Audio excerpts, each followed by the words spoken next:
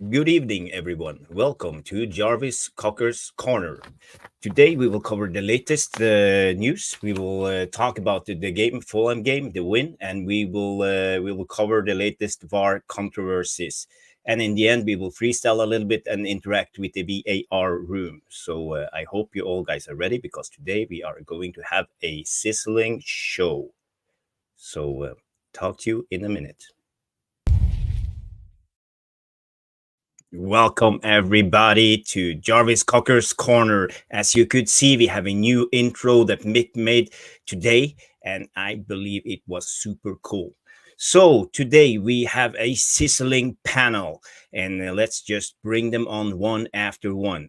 And in the blue corner, weighing something 100 pounds plus, it's the man we all know as Mr. Willy Wally, Stu Wooley.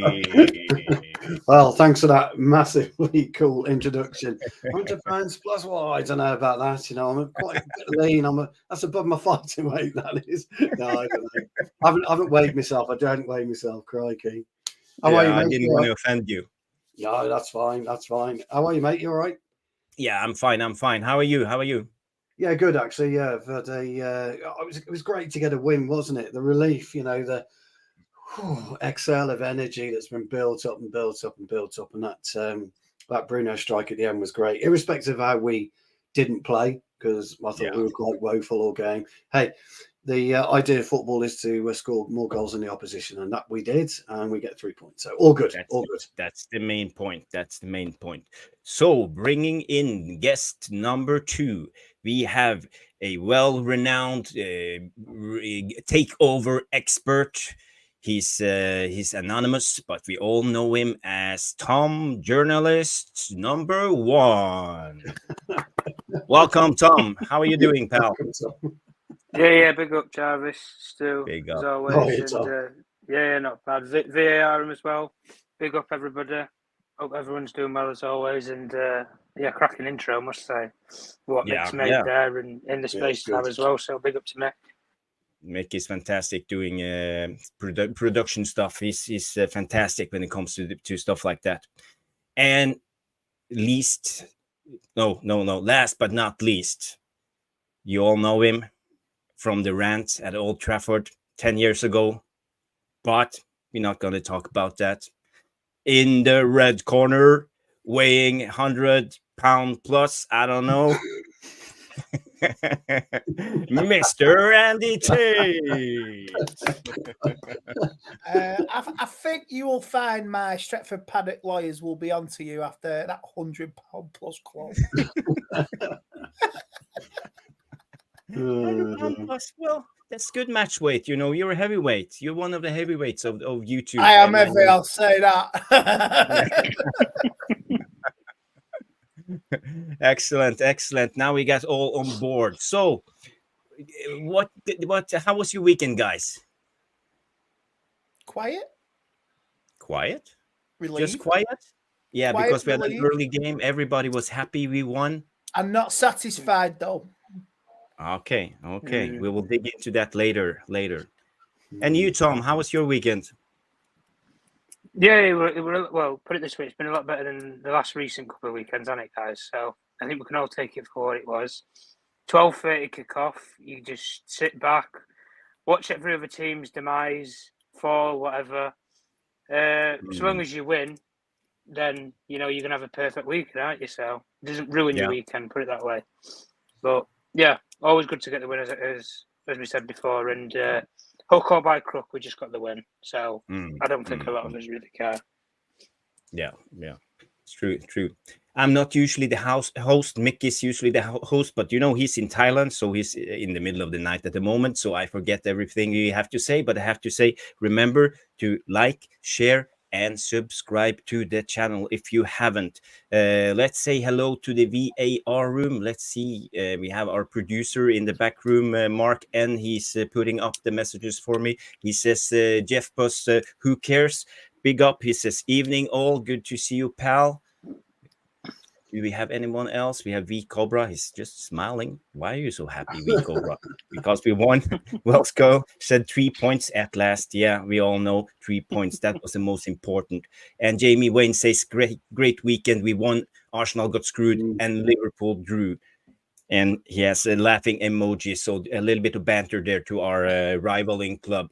And Mark Davis, he say, hi Jarvis, can you ask Tom about Qatar, please, if they are still in for United? We are not going to open with that, or would you like to start a little bit about the takeover news, Tom? Well, if we I'll tell you what, we'll do about the game and everything. If Mark stars it backstage, and then we can get onto that a bit later on. Yeah. We will cover use that as a side topic. Yeah, but we will cover it, mate. Don't worry about it. Yeah, because at the end of the show, we will do questions from the VAR room. So just put your questions in, and Mark in the producer room will mark them and bring them up afterwards. It's already started, Jarvis. It's already started. Rushmano. Yeah. Oh, we have to bring from Oh my God!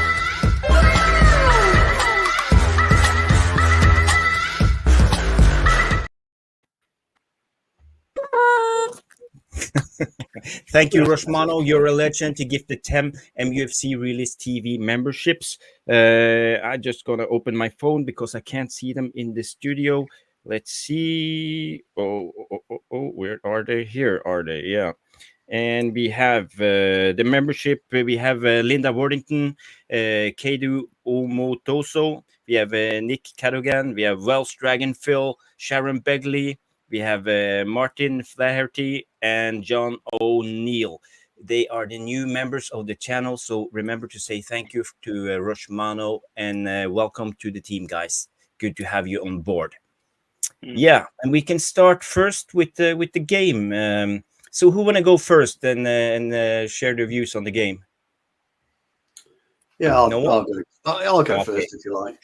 Stu, open the ball. Yeah, look, it is what it is. Two teams took the pitch. One team tried to play, which was Fulham. One team made an attempt to play, which was us. But ultimately we got the goal. A special mention needs to go out to old Harry Maguire. He's had his detractors this season. Well, he's had his detractors for the last 18 months, but he's kind of my type of player because he epitomised what it was like, get a kick in the face and get on with it. We just don't do that nowadays. You got players dropping like flies all over the Premier League, all over the Championship, League One, League Two. And Maguire decided enough's enough. And he was clearly concussed. I'm amazed at United medical staff for not bringing him off, really. Yeah, you could tell by his eyes, he was like white as a ghost. Same Man United medical staff who give the old play to Martinez after the injury. Yes, exactly. Yeah, exactly. And you could just tell by his whole demeanour. But I thought he was solid. I thought he was. Look, for me, Polina was the man of the match for Fulham. I thought he was outstanding. He's a real player. He's a real player. Everything about him just oozes quality, and I do like him. But I'll tell you, Maguire ran him a close second. I know Bruno got man of the match for the goal, etc. But Maguire ran him a close second. I thought he was absolutely solid all game. Nice to see Nana getting back to goalkeeping first and dicking about with the ball second. Still got issues, haven't we, with Dalot? I thought Wan-Bissaka, you could tell he'd been out for a while because Willian kind of utilised his lack of pace and his lack of, match sharpness, really, which is a shame because Wan-Bissaka is a quality player, but we would have been absolutely battered on that side if Dalot had played. So, look, all in all, we've still got this gaping issue in the middle. Amrabat, quite rightly, has been dropped because he's not really produced for us this season at all since he's come in. McTominay was okay, showed a good engine, showed a striker's finish again for the goal. Yeah, exactly. I totally agree. Eriksen, funny game for me. Eriksen, but he got strangled by Polina because Polina strangled, all on midfield. So look, football's about winning. Football's about scoring more goals than the opposition, and that's what we did. Funny enough, we've had a woeful season, but yet we're only 6 points behind Arsenal. We're not a million miles away from where we actually need to be to break into top 4. The problem is it's sustainability for us. Right at this point in time, we won't be able to sustain our form until we start to get certain players back. And a decision needs to be made right now what we're going to do in January and how we're going to go about doing it. I think Casemiro's out till January, at the end of January at the earliest, isn't he? So, you know, we trust Amrabat to come in. It's funny, really, how a lot of fans were calling for Amrabat before the season started. He'll go in there, he'll sharpen us up, blah, blah, blah, blah, blah. I mean, you had a discussion about it, Jarvis. And we've spoken about a variety of different players that our fans get focused on. Amrabat comes in and he completely changes the dynamics of the team. But it just doesn't happen. You know, but the problem with Amrabat is he's not playing himself into the team. So he's not understanding what Ten Hag wants. And he's just this energizer type, bunny type playing. He's here, there and everywhere, which is absolutely fine. I thought we were better balanced, actually, when Mason Mount came on for those 5 minutes. I thought he showed a bit more balance. So I'd like to see a different type of midfield on Wednesday, which I'm sure you'll talk about. But it is what it is. I don't think you can about the game. We didn't play particularly well, but hey, we dug it out, which is the main thing. Yeah, very good points. I liked what you said about Palhinha. I agree, he was one of the best Fulham players on the pitch. But I also liked the left back they had. I think his name was Robinson. He had a really good game, and it's not only Anthony who had a bad game. Robinson, the left back, also had a really good game, and he neutralized the. I thought Robinson played well. I totally agree until Palestri came on. And Palestri showed him what a winger's about. This is the problem with Anthony at the moment. Robinson, big, strong, athletic, quite powerful, good on the tackle, great positional play. Even when Palestri got that lucky ricochet, his positional play for a fullback was okay. He was wrong side of Palestri at one point, and then he managed to get the right side, and then there was issues with them both tripping over the ball, etc. And then this ricochet occurred, and the rest is history. But that happens in football. You're absolutely right, but Anthony allowed Robertson to play. He allowed him to be powerful, be strong. Anthony should have absolutely crashed into him, should have smashed into him. As a fullback or a centre half, it's your job to smash into the opposing attacker. But equally, you've got to do the same thing when you're attacking. You've got to say to him, listen, man, you're in for a game today. So every time you come near me, you're going to get an elbow. I'm going to drop something on your shin. It's and that's football, by the way. That isn't me just being aggressive or angry or violent in any way. That's football. You do what you can to stop him. And Robertson pretty much with Anthony, had his hands in his shorts most of the time. He really did. He wasn't phased at all. Palestri comes on. And he's like, Palestri is quite an intelligent footballer. He's obviously seen what Robertson was like. He's decided, right, I'm just going to go at you, mate. I'm just going to go at you. I'm going to make you make a mistake. And he did. And that was that one mistake, by the way, which by hook or by crook led to the goal. So I do agree with you on what I said and what you said about Robertson. But it was good to see Palestri mix it up with him. Very good, very good. So, let's go to Mr. Andy Tate. How do you see the game? Well, I saw the game. Well, I knew it wasn't going to be entertaining. But from a defensive point of view, I thought we were okay. I knew Nana. A very good defensive performance. Maguire taking the blow to the face and getting assessed. Nails it 3 times. Three times. He looked like Captain America from Endgame when Thanos just beat down on him. And his shield's broken. And he got up, strapped up to the last thing, and like, right, I'm going again. But it just makes you wonder, it's like, it was a dangerous call, that concussion. It's a dangerous game, that. And you wonders, like, the guidelines on players' safety and all that. And you could see he had a mark up above his eye, didn't he? And he was caught, and it just affected him. It's like, even headering the ball, he looked a bit groggy after. This was just after half time because he headed the ball and the ref called him over. And he said, "Are you okay?" And I thought he was going to come off after that. But to be fair to him, he stayed through and he was really good. The midfield, I thought was, Wan-Bissaka was quiet, like you say, very quiet. But I'm glad he's getting a game time. I'm glad Delo wasn't there. The midfield, wow, it was still nothing again. It was only McTominay doing something. Bruno here and there. Very quiet at midfield. And going forward, man, it's like waiting for a bus. Yeah. The bus. Nothing happened. Nothing just came. Nothing happened. No energy. No going forward. Then at the end, you get that little bit of energy. That little bit. Last few minutes, United with Palestri coming on as well. It's Ante going off. The energy. You see that Martial over a free kick. Delo putting in a cross as well. Say Garnacho. He had a little bit about him, but clueless. You couldn't string two passes together. You could get a pass from the midfield, from the defence to the midfield, but going forward, from the midfield going forward, you couldn't give nothing. And is any wonder when Højlund come off, the lad's angry? You could see it. You could see it. And that's what worries me for the future for him. Because I don't want Højlund coming down the line, maybe a year or two, saying, have I made the right decision coming to this club? This is his dream move.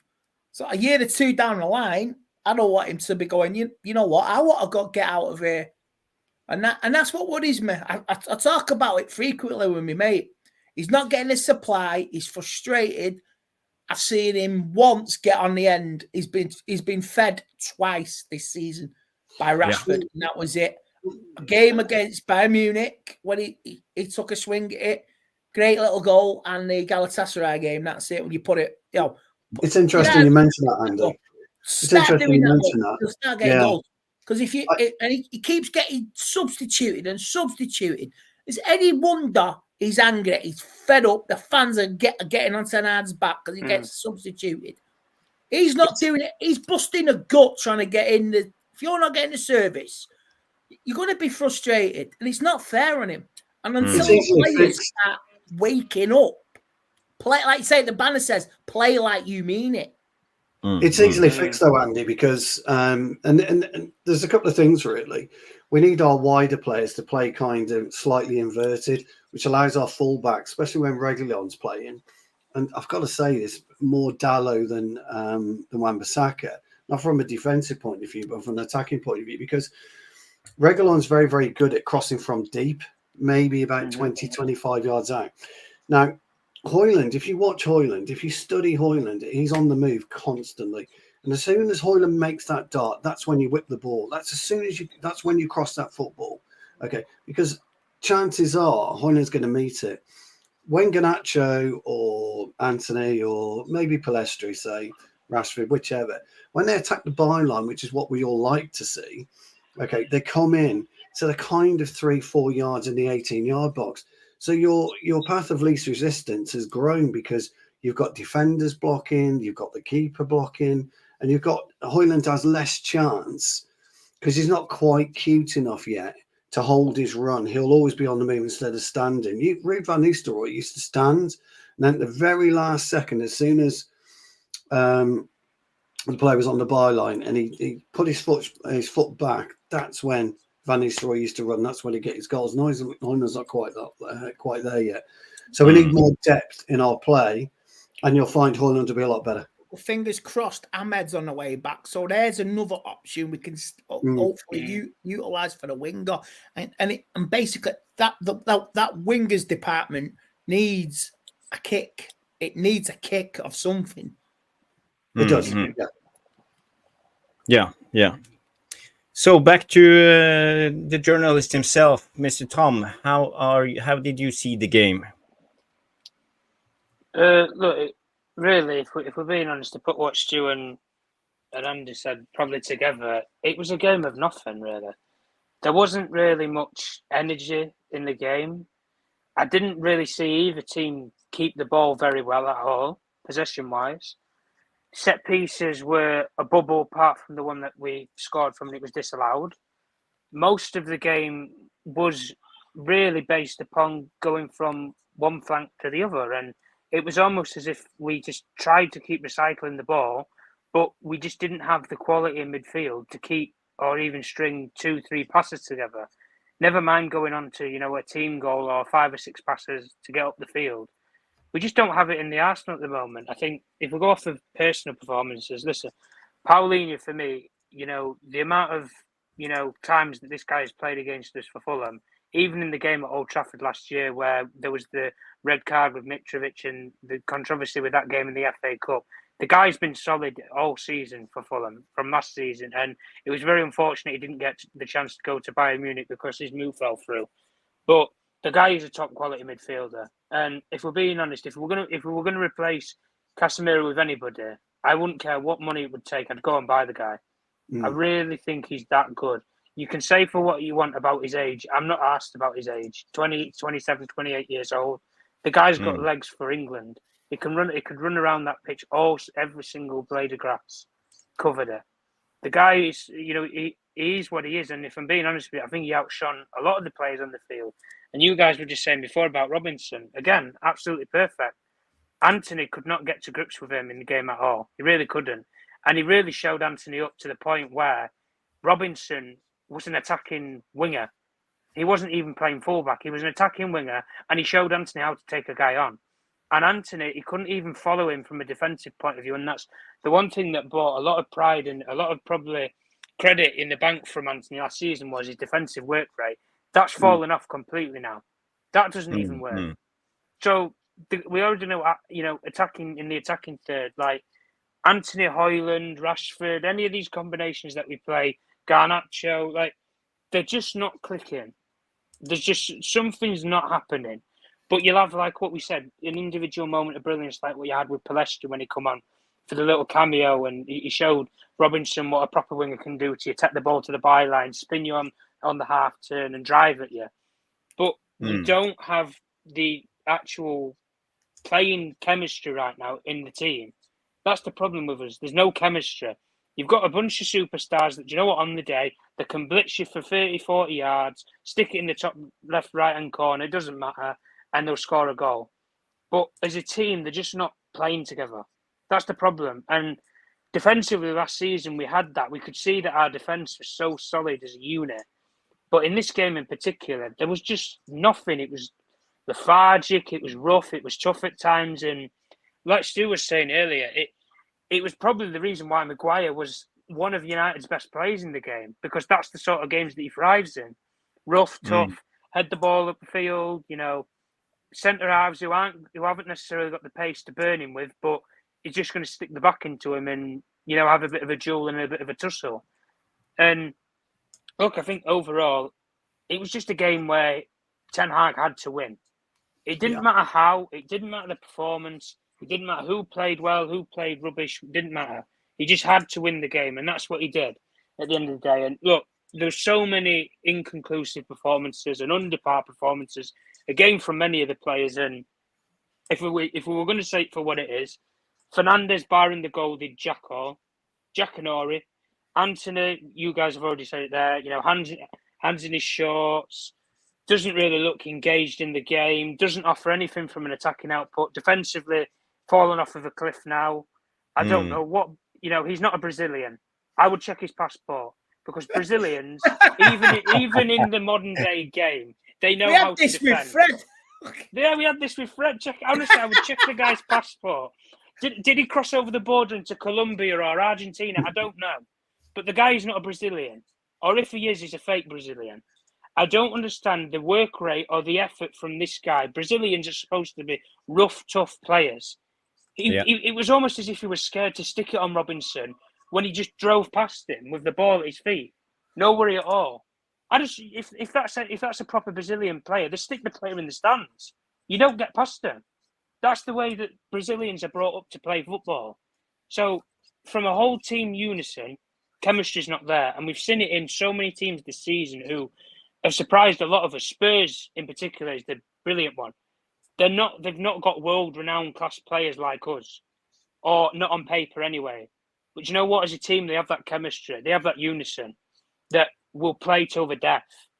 Even like they're playing like tonight with where they've had 2 men sent off. Play to the death and stick to the game plan and the same principles. That's what this team should be doing, but they're not. And we can say it for what it is when we get the players back, that it might gel and it might unison. Well, if I'm Erik ten Hag, I'd be hoping and praying that that works, because if it doesn't, what is the answer then, guys? Really, what is the answer? That, you know, we're going to be living out and, you know, sitting there waiting for a prayer. And it's almost as if the players, they don't know the way that Erik ten Hag wants to play the football. But he does. He's already said, and he clarified it when they re-asked him about his questioning why you're never going to play the Ajax style of football. No, I want to play an aggressive possession style of football, but I just don't have the players to do it right now. So he has to reinvent some style of play. Like he did last season, he abandoned what he knew, but he made something up that these players all bought into. He needs to reinvent something again, at least to get him or bide himself more time to get players in. Because if you're putting up that against Fulham, like we saw at the derby, like we saw against Newcastle in the Cup, you put up that performance against a proper, well-engined team that's furnished, knows what they're doing, does it week in, week out, with quality technical players, you get played off the park. It's as simple as that. And it's just fortunate that Fulham, A, couldn't even put a ball in the box, and B, they don't have that natural goal scorer anymore to pose a threat from set pieces. That's the only problem that I could say for the game. But if we're going in on players, like I say, Fernandes, non-existent, Anthony, non-existent. Listen, Onana, for me, I think in the last couple of weeks, he's picked it up massively. And I will applaud him. I will give him credit on that. Because the amount of times that the guy made mistakes in big games, big scenarios, whether it's the ball at his feet, couldn't put the ball across the side of the post, whatever, he's improved his game massively.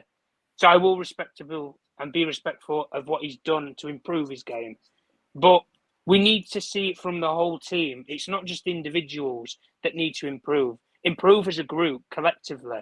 And let's go forward and build something. Because if you don't, this guy will go. And a lot of these players who are supposed to be his players that he's worked with so many times, will you'll just be sat in limbo with another manager that won't want you. And your career's gone.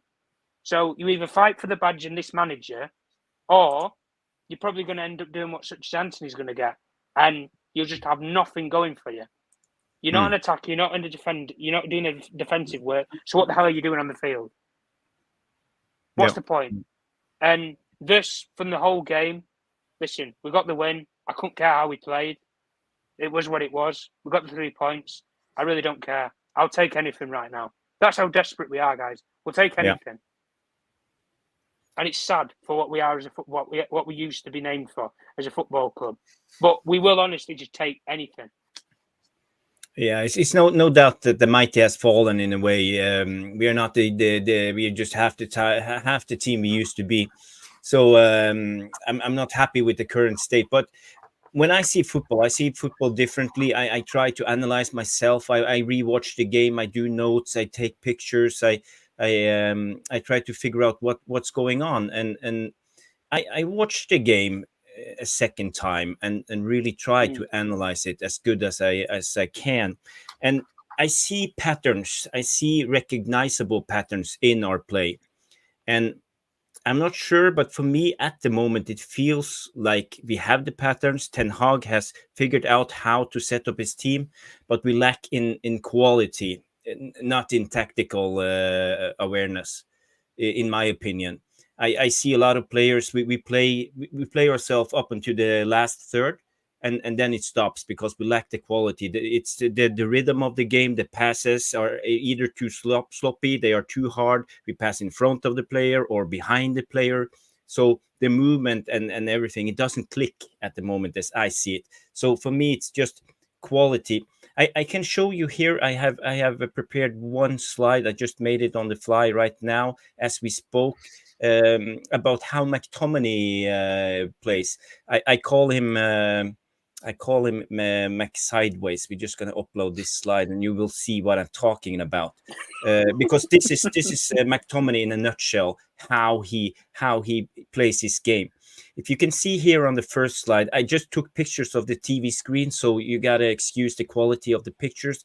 But Fulham lost the ball. It's Iwobi who misplaced the passes, and it goes straight into the legs of McTominay. You can see him beside the ref there.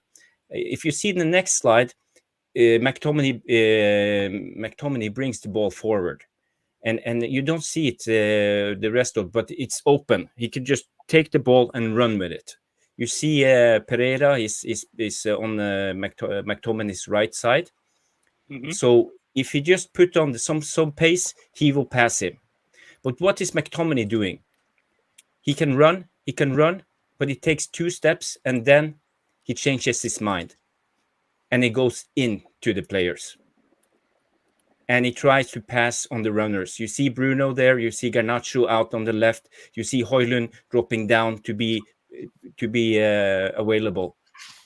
But he plays into the crowd. And of course, you see the next slide here.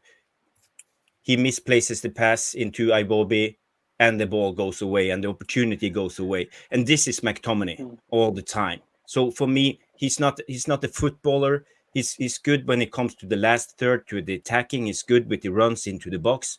He's good in his aerial abilities, but he can't play the ball with his feet. We all talked about this when we criticized them for McFred and all of this. And this is a perfect example of how football goes. And it goes so fast that it's hard to pick it up when you see the game. But if you see it one more time and analyze it, you see things like that. This isn't working. So why Ten Hag keep playing McTominay, I can't fully understand. So what's your take about this, and why do you think Ten Hag keeps playing him? Stu, will you go first? Oh, do you want me to go first? Yeah. Actually, that's a really good analysis about what McTominay is like, because a 10-yard injection of pace there wouldn't carry them away. You've then got Garnacho's pace out on the left. He could have swerved the ball around the defender, and Garnacho could have been in on the diagonal in front of goal. I think McTominay's problem is he doesn't back himself. He doesn't rate himself as a ball player. But yet he can't pass 2 yards, as you know. Even there was on 2 occasions, he could have, even if he didn't want to run forward, he could have kind of checked back on himself and then moved the ball across to the right. It always frustrates me when a footballer goes into a blind alley. I call it a blind alley. And what you tend to have with those are supposed ball players who like to think they can beat 3 or 4 players, and they just go down a blind alley and end up going nowhere, getting dispossessed. Transition occurs and away they go. And McTominay is so frustrating for me because I don't think he's got that technical ability. He's got an eye for goal, we know, and he's kind of a really good box-to-box player, but he doesn't necessarily have, I don't think, the football common sense or the football general knowledge to be an elite footballer, to be an elite player. And you can't teach him that, by the way, anymore. You know, that should have been instilled in him when he was 8 years old, and it would have been instilled in him when he was 8 years old, because when you're learning to play the game, you learn to play the game with your brain and not your feet, and it just doesn't happen with these players at the minute. And so for me, I think the problem with Ten Hag right now, I don't think he knows what to do with our midfield. He doesn't know how to set them up. We've got certain, the VAR room, for example, don't rate Mason Mount. Whether you rate him or not, is he better than McTominay? Difficult one, because he hasn't played enough minutes over McTominay to suggest where Mason Mount could fit in with us. I think a more balanced midfield at the moment would include Casemiro when fit, Eriksen, Mount, and Bruno when Bruno pulls his finger out. So you allow Bruno to be kind of the tip of the diamond, for a better phrase, if you like, play 2 up top and allow the fullbacks then to dart into the space where we are. I don't see any room in the side for Anthony right now. I suppose there's an argument to suggest you could, play 2 up top with Rashford and Højlund. I think maybe currently right now, I think Martial's probably a better fit for Højlund up top. But he's scared to do this. He's scared to try it. And Tom made a great point. And I made a point actually a few days ago that when Silver's looking at the Manchester United game, he's saying to his lads, I'll just have 3 days off. Don't need to come in. Come in Thursday, Friday. We'll train Thursday, Friday. Well, why is that, Gaffer? Well, because I know he's going to play 4-3-3. I know he's going to play one centre, one focal point, 2 wingers. And he's going to play a holding midfielder and 2 so-called eights. I know he's going to play that way. It just depends, who the bodies is. What he should have done at Fulham is gone in with 3 at the back, played 2 wing backs, and played a single focal point, which is Højlund's. Played Bruno just off him, and then flood the midfield with whoever you want to flood the midfield. That's what he should have done, but he chose not to. And when he goes to Copenhagen will, their manager's having a cigar because he knows he's going to go 4-3-3. And this is the issue with elite managers in the Premier League, and players that aren't necessarily world beaters, etc., but are competent footballers. And we're coming up against more and more competent footballers who understand what football's all about and understand it. Mark, I know he doesn't play a 3-5-2, but that doesn't matter. We should be adaptable to play a 3-5-2. We should be adaptable to play a 4-5-1 if we want it. We should be adaptable. You're talking elite footballers, and you've got to start looking at it from a much more clinical eye rather than a just standard eye. Now, he's come out and he said, I don't have the players to play the way that I want to play. So I'm trying to play with the players I think they can play that way. Bollocks. You are the gaffer. You are the manager. You tell these players how you are going to play football, and it's up to them to deliver on what you say. Because, and the lads will tell you, Andy will tell you, you know this because you've sat in the dressing room, Jarvis, at a good level. I'm sure Tom has. You know this. When the gaffer said, right, we are going to play this way today, and it's up to you. I can't make you do it. I can't do it for you. It's up to you to cross that white line and do it for me. Do it for the team and do it for your fans. And we're not doing that. And so everybody talks about formations all the time. But the basic fundamentals of football are you start with 11 players. The opposition starts with 11 players. That's it. You can have as many formations as you like. And again, you guys will know that 30 seconds, 40 seconds, a minute, 2 minutes, 3 minutes after the whistle's gone, then you're only really in your formation when you're kind of defending or when you're waiting to, win the ball back. After that, it's completely different. You might want to play with a 4-3-3, but you're attacking with 4 players on the right because that's where the passage of play is. It's a very, very not complicated thing, football, and we try to make it overcomplicated. So I don't know. It's just for me. I get what you're saying about McTominay. I wouldn't play him. I really wouldn't. I would bench McTominay. But there's an argument to say then, well, who do you put in? Well, try. Just try, because I bet you all 4 of us right now, if he'd gone in with something different against Fulham and we got beat, we'll all turn around and say, not a great performance, but you know what? He tried something. He's trying to do something. With these players. So anyway, that's just my thoughts. Yeah. But it's good points you have there, Stu, and then I think we all feel the frustration when it comes to McTominay because we have seen his level for years after years, and it's always been addressed as the problem, as I mentioned with the McFred thing, and he's not good enough when it comes to play the ball on the ground and set up his teammates and do something creative and play forward. That's a problem when people call him Mac sideways, but it's just the way he is. He never brings the ball. You mentioned this, right? When, like you say, he cut Mac sideways. Now it's going to be called Mac bat the way things are going. I remember on video when we were chasing Amrabat during the summer. Mick put these stats up with McTominay in that same position, going forward and seeing and looking up. That's for me. He's a stat. He's got to be in the stat on Wednesday, Amrabat, because that sort of position he was in last season, and he was looking up, picking the passes, setting up attacks. even setting up goals and that for Fiorentina. So you make a good point there, Jarvis. I remember doing that video with you, and I've watched it back. Tactic in that hole, a player who can't look. You know what? Football, you say footballers, once they've learned, they can't learn anymore. No. You're on a football pitch. You should be, or on a training pitch, you should learn and learn and learn day by day and look at your mistakes. If you can only play one way, there's something wrong. I was talking basics there more, Andy. I was talking more basics there. No, but players can learn. Players can learn, and they got to learn to get their head up, look around, look up, pick a pass. At least play a pass. It might not work, but at least look up and see your options, not just looking at the ball. All he does is look at the ball. If you look at his goal at Sheffield United, he's looking, and he just hits it down. Sit the same against against Brentford, looking, head down, and hit it. That's it. That's it. To be fair, he was looking up when we scored the winner. I think that was the only time his head has ever been up, McTominay, because he scored the winner from the flick on from Harry Maguire.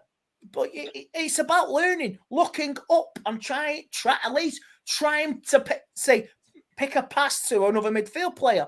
But he's not doing it. And like you say, that's a good thing what Jarvis picked up on. And like you say, maybe Amrabat is now a start for Wednesday in that position, because you can't rely on McTominay. Not with that game. What's on the line? Just a quick one. I understand what you're saying, Andy. I really do. But I coach 8-year-olds right now. Okay, I'll put a central midfielder in a spot, and I'll put 4 players in and around him. Okay, I'll get him to shut his eyes, open his eyes for 5 seconds, then close them again. Then he's got to tell me each player. So, and that's just done that, so he understands where it is. But McTominay should have learned all this when he was 8 years old. I know what you're saying. I get it. I've got no problem. You know, people learn. I learn every day in what I do for a living, etc. But you should understand that as soon as you get the ball, as the ball's coming to you, you're having a quick gander because you know where the ball is. You should know instantly which foot you're going to take it on.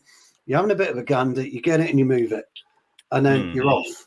Where am I going to go? Once I've got rid of that ball, where am I going? Am I going straight forward for 5? Am I going left 10?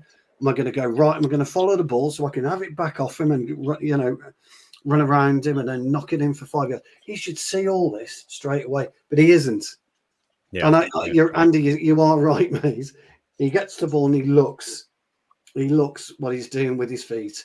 You should never be doing that ever. That's terrible. I don't mind you doing it down. I've done that walking down the street. I'm looking down, or I'm in a bar in a pub and it's dark. Wow, I found £10 note. I found a £5. You're not going to get that on the pitch, you know what I mean? Found £20. Honestly, I have walking my dog head down like that. Look up. It's what, you know, extend your visual, like, you know, look everywhere. Batman has it. He looks up. Batman has a night vision, heat vision. Just look up. It's not hard. Yeah. I just want to show one more thing when it comes to McTominay, and that's on his defensive works. I just have one photo here, so I will just show you what I mean. And if you see here in the screen, let's see, where are we now?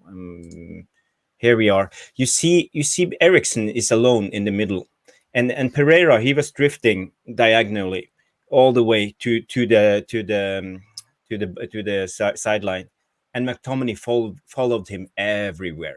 So he created a huge gap in the middle. That's why we saw Eriksen so exposed when Fulham tried to counterattack us, because Eriksen was alone. So Eriksen was left dueling the Fulham midfielders and attackers, running as fast as he could home. And we know that's not Eriksen's strongest side. But McTominay, he exposed Eriksen. He didn't help him. He's not aware what's going around him. He just followed Pereira to the sideline. And this is McTominay's awareness, spatial awareness. He doesn't know how far he is from Eriksen.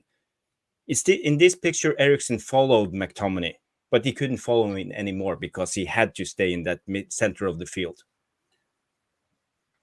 100%. Yeah, I was going to say, Tom, what's your thoughts on that? Yeah, I think with McTominay at the end of the day, when you were discussing about that, like we've already known this before, he can't pick a pass forward. He's not a thread the ball through. He's not a creative player. He is what he is. He's stick him in the 18-yard box, run around a bit, move, set pieces, corners, free kicks, get on the end of one of them. That's McTominay. The best really description I could give him is I'd rather have him in the opposition box than our own box. That's the best way I can describe him. He's more of a use up the field than back. And if you're going to be a midfielder, you need to be able to do both. That's the problem. Or if you want to be a top midfielder, you need to be able to do both. And he can't do both. He can only do the first. That's it. And even with Eriksen in the game, when you have arguably, I would say he's our most creative player, because Fernandes this season has not pulled up any trees at all. Eriksen has these line threading passes, even from a drop ball situation. Brilliant float on the ball, even for the goal that was disallowed. Brilliant flight on the ball, flings it through, finds its way to Garnacho, play it back across goal, bang. That's what I'm talking about with such as McTominay. The movement in the box is where it needs to come to a head. That's the best attribute that you can use for him. But you need that if you're chasing a game. No, that's not an in-game management that's not what you need right now in a game when you're starting from minute one. That's what you need at like 70, 80 minutes when you need a goal. And you're chasing at the Stretford and you're putting the pressure on a team. That's what you need. Not when you go away to West London, when you go away to Fulham and you're going up against a team that's going to be compact, low block, probably want to break on you if they have the pace to do it. But when we play with Eriksen, even in the deep pocket, we know he hasn't got the legs to do it. So why are we playing him there? Why? I would rather, if I'm being I'd rather switch Fernandes and Eriksen round, if I'm being completely honest with you, and put Fernandes in the sitting position, because at least he has the legs to get around the field. Eriksen in the 10, you're going to utilise him more. In particular, there was the Arsenal game that we were wrongfully done by with the decision with Garnacho in the game, but the goal where Eriksen gets the ball in and around the centre circle, pings the brilliant pass out for Rashford, and you're off. It's in those sort of situations and scenarios, even if he was in that position that you had up with a screenshot with McTominay, Eriksen there in that situation, he doesn't run with the ball 5 or 6 yards. He's too intelligent. He knows that A, I don't have the legs to do it, but B, I don't have to. I just ping the ball over the top of Fulham centre halves on the halfway line. Garnacho's away. See you later. Newman is already at the goal. And before long, in games where it needs to come clutch for us, we bottle it. And a lot of the players, especially physicality-wise in our midfield, it's just non-existent. We don't have it. Even this season, I mean, Casemiro, Amrabat, I've seen them get shrugged off the ball so easily this season. Fernandes and Fernandes, Mount and Eriksen, I understand they're not the most built players in the world. But even technical ability players, Bernardo Silva kicks the ball better than them, and he's half the size of them. Low sense of gravity players, technical ability, that's what I'm talking about. But we don't have enough of those players to unify as a midfield. And that's why, for me, as soon as we brought in such as Amrabat, I thought the only way that you can use Amrabat is if you're going to use him as a complementer to Casemiro, and you're going to stop leaking the goals. That's the only thing that will solve. And he can ping a pass 50 yards up the field. But that's going direct again, guys, like Eric Ten Hag discussed in the conference. I don't bring Andre Onana in to go direct. I bring him in to play out from the back. Amrabat, you don't. If you want him to play as a possession-based style, aggressive, Amrabat's the wrong player. I'm sorry, he is. If you want to use him as a blocker with Casemiro, when you go away to Anfield or you go away to the Camp Nou, Bernabeu, I don't mind. I don't care. That's fine. Fair enough. Because you need defensive players in that area. But the way that you look at it with Eriksen, McTominay, Fernandes, Mount, we keep going over the same situation with these players. We've tried everything now, guys. That's the one thing we have tried every combination, and it's just not working. And for me, when you get to that situation, you can't create chances. You're not playing well as a team to keep the ball.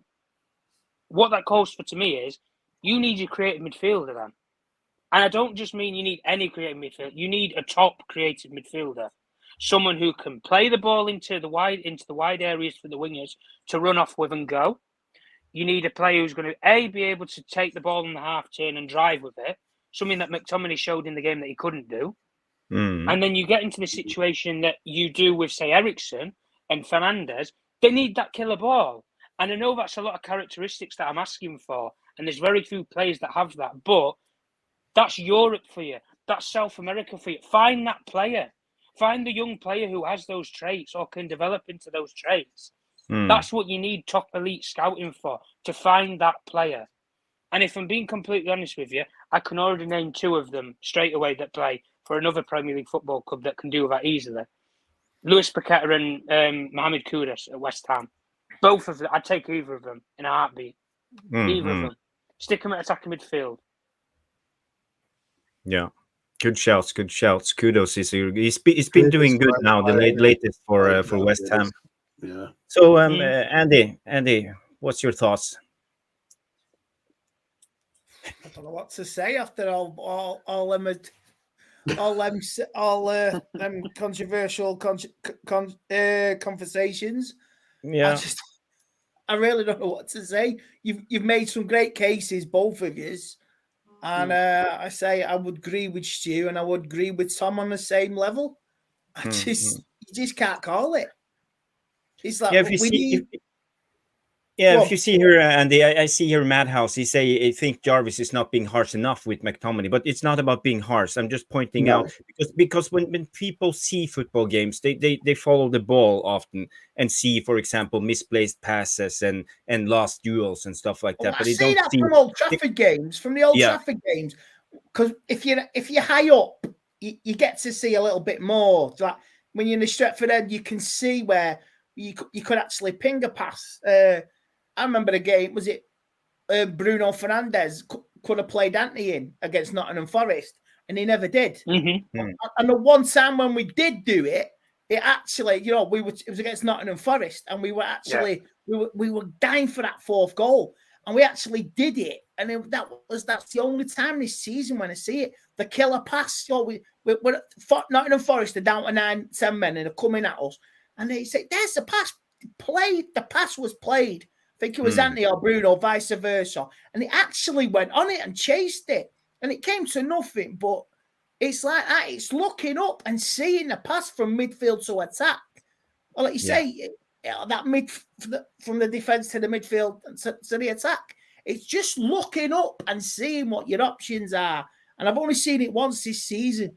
And that was like, it was a brief 10-second stint, but it was a good ball. I remember it well.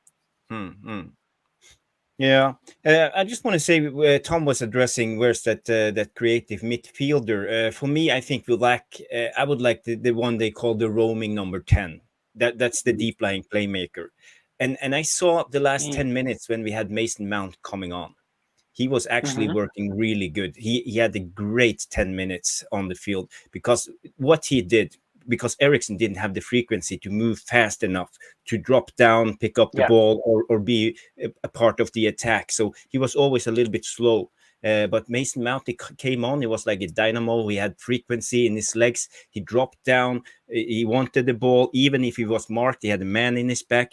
He just received the ball. He just had the drop on his shoulders, swiveled around his man, and turned. And that's what I think maybe we saw what Ten Hag sees in Mason Mount, that 10 minutes, because he was the deepest of our midfield trio.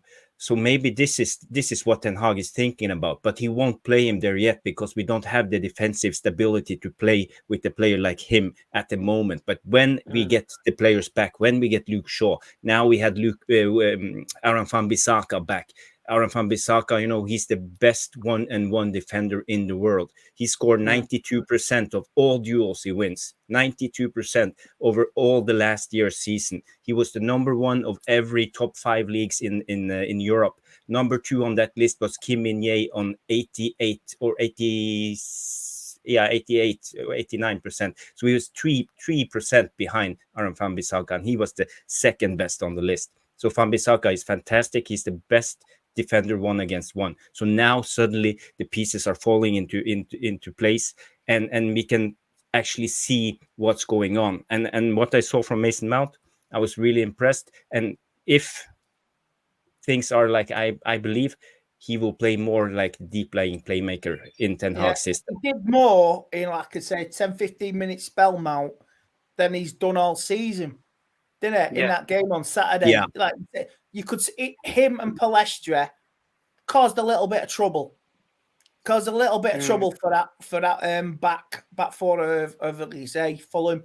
And they couldn't handle it. And I say that lads at 6, 7, 8, 9 minutes, you could see with Delo putting in a cross, Martial thinking he was Mark Hughes from the 1980s with his overhead kick, which I thought was wow.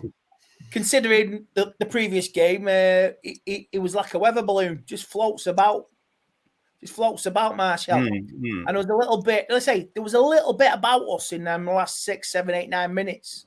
And I just hope that is the way forward. And that's what you go for from the word go on Wednesday. Because, like you say, these are who we're playing now. They're the champions of their league. I think they are. Danish league. Be a tough game. Copenhagen, and they're on top of the league, for instance. You're going to have 5,000 fans wanting to cause an upset. Like you say, it's on the back. As far as they're concerned, it's Man United. Whoever plays, remember when Midtjylland beat us? This is their World Cup final, Grand National, intergalactic final. This is what they want to beat us for, and we just can't underestimate them at all. But that little bit at the end, I just thought, let's say, maybe with Mount, maybe with Amrabat in the midfield, with Bruno, you make some changes as well. Maybe, let's say, Palestri on the wing. It's a shame Ahmed's not back yet, but he's looking good for coming back. So we have to, like you say, jig it, shake it up a bit. You know what I mean? Yeah, try something new. That's what I would like to see. Yeah, let's do it. Because you've got to look. Football is about trying something new. Football, there is no tried and tested formation. Some of the best managers, on the planet try something different. Guardiola, hate the fucker, by the way, but he tries something different. Klopp tries something different. Postecoglou is trying something different. Every De Zerbi is just trying something different. But the real cute managers will change it slightly during the game because they can see what's happening, or the player will see what's happening, and the player will change it during the game. Somebody in that team needs Ten Hag. He needs an Einstein moment where it's staring me in the face, or you're a Sheldon from The Big Bang Theory, and you go, "Oh my God, I've got it." You know what I mean? You don't have to be a rocket scientist, but you have that Sheldon moment or Eureka. You know what I mean? Einstein. We're the weekend, Andy, at the mighty Tipton Town Super Vets, right? There's 3 of us that are charged with looking at the game for the first 10 minutes, looking at the opposition, seeing where the ball's played, who has it the most, what does he do with it when he has it? Does he go left, right, forward, backwards? And then we start looking at how we can combat that straight away, so we can get at them, so we can understand what they're going to play. And we always try and make them come out of their comfort zone, come out of their shell. So if their number 8's getting it for the first 5 minutes and he's got it 4 times, right, you've got to get in on that 8. If that's going to happen, get in on that 8. And does he lay it off first time and things like that nature? So there's about 3 of us that do that, and we communicate all the time about what's happening. Now, you're not always going to win games of football. It's just not possible because, it could be a tight 0-0 that come off somebody's ass and goes in. It is what it is, isn't it? Football's football, but you can mitigate being attacked early doors if you can fathom straight away what's happening, and that's what we try and do. So, but we don't do that. If years and years ago, and Jarvis will remember this, and he'll have a bit of a giggle. We were struggling at centre half, and I said we should go out. We should get Conor Cody. And I got absolutely fucking hammered in the comments for it. Hammered in the comments. But if you actually watch Conor Cody, you watch him play, you watch his positional thing, and look at his mouth. He used to coach Max Kilman during the games, and Max Kilman now has turned out to be a great player. We don't have anybody like that can on-field coach, as you know, directs, Johnny Evans. Well, Johnny Evans. Yeah, you can see him talking with Maguire all the time. Now they have built a solid partnership. To an extent, Johnny you're Evans right. and Maguire. Yeah, to an extent, you're right. I was being a bit flippant there. You are right, but we don't need that from a 35, 36-year-old footballer. You need that from a Bruno Fernandes. You need that from a Christian Eriksen. Somebody who understands the dynamics, the geographical area that is the pitch. That can play the pinpoint pass, that can slow it down when we need to, that can speed it up when we need to, that can cross play when we need to, that can go short when we need to, things of that nature. You need all that, and it just it's not happening really. But there you go. Also, Chelsea won then in the end. Yeah, okay, against 9 men. 9 man. Yeah, I'm feeling Spursy tonight. I'm feeling very Spursy. That is another good way for us in the chase for the top 4. So I think, and another VAR controversy. I look forward to dissecting it after tonight. Jesus, honestly, the VAR tonight in the first half, crikey. Yeah, I've not seen any of it, but I look forward to the shit show in the morning. Yeah, we will talk a little bit about VAR. That was an evil laugh from you. That very evil laugh. Yes. Have we got any questions, Jarvis? Have we got any questions or? Yeah, I'm just gonna bring on one more thing before we go. Go to the next section. I have my tactical board. I played this on Nuruddin's channel. I just want to show something that I saw in the game, because Eriksen dropped down. I don't know if you can see, but Eriksen is the number 8 here. When he was dropping down and Dalot was in the midfield, he inverted as an inverted midfielder from left back. So the section is, I will just play through it one, and I will explain it afterwards a little bit faster. And you see here Eriksen receiving the ball, and he was finding Bruno, and Bruno was finding Garnacho, but it was a little bit the passes from Bruno wasn't good enough, so we could set up Garnacho in a way. But this is what we were trying to do all the time. Eriksen came down, and what's going on here in this picture, I will show you. So if you go to this picture, and you see here Dalot and Bruno, they doubled up on Iwobi. So there were 2 players, so Iwobi couldn't cover them both. So that's why Eriksen could find Bruno all the time. And this play we were doing, I think we did it 3 or 4 times during the first half. Eriksen just went to the byline and found Bruno in the middle, and Garnacho, as you can see here, the Garnacho, we dropped deep, much deeper. This is Garnacho, much deeper than Rashford actually are doing. Rashford is standing up here and pushing down the fullback usually, but you can see Garnacho, he's smart enough, he drops down, makes himself available. As soon as Castagne moves up, the ball goes to Bruno, and then it's a highway for Garnacho to run into. And we were actually trying to do this a lot of the time when we were playing.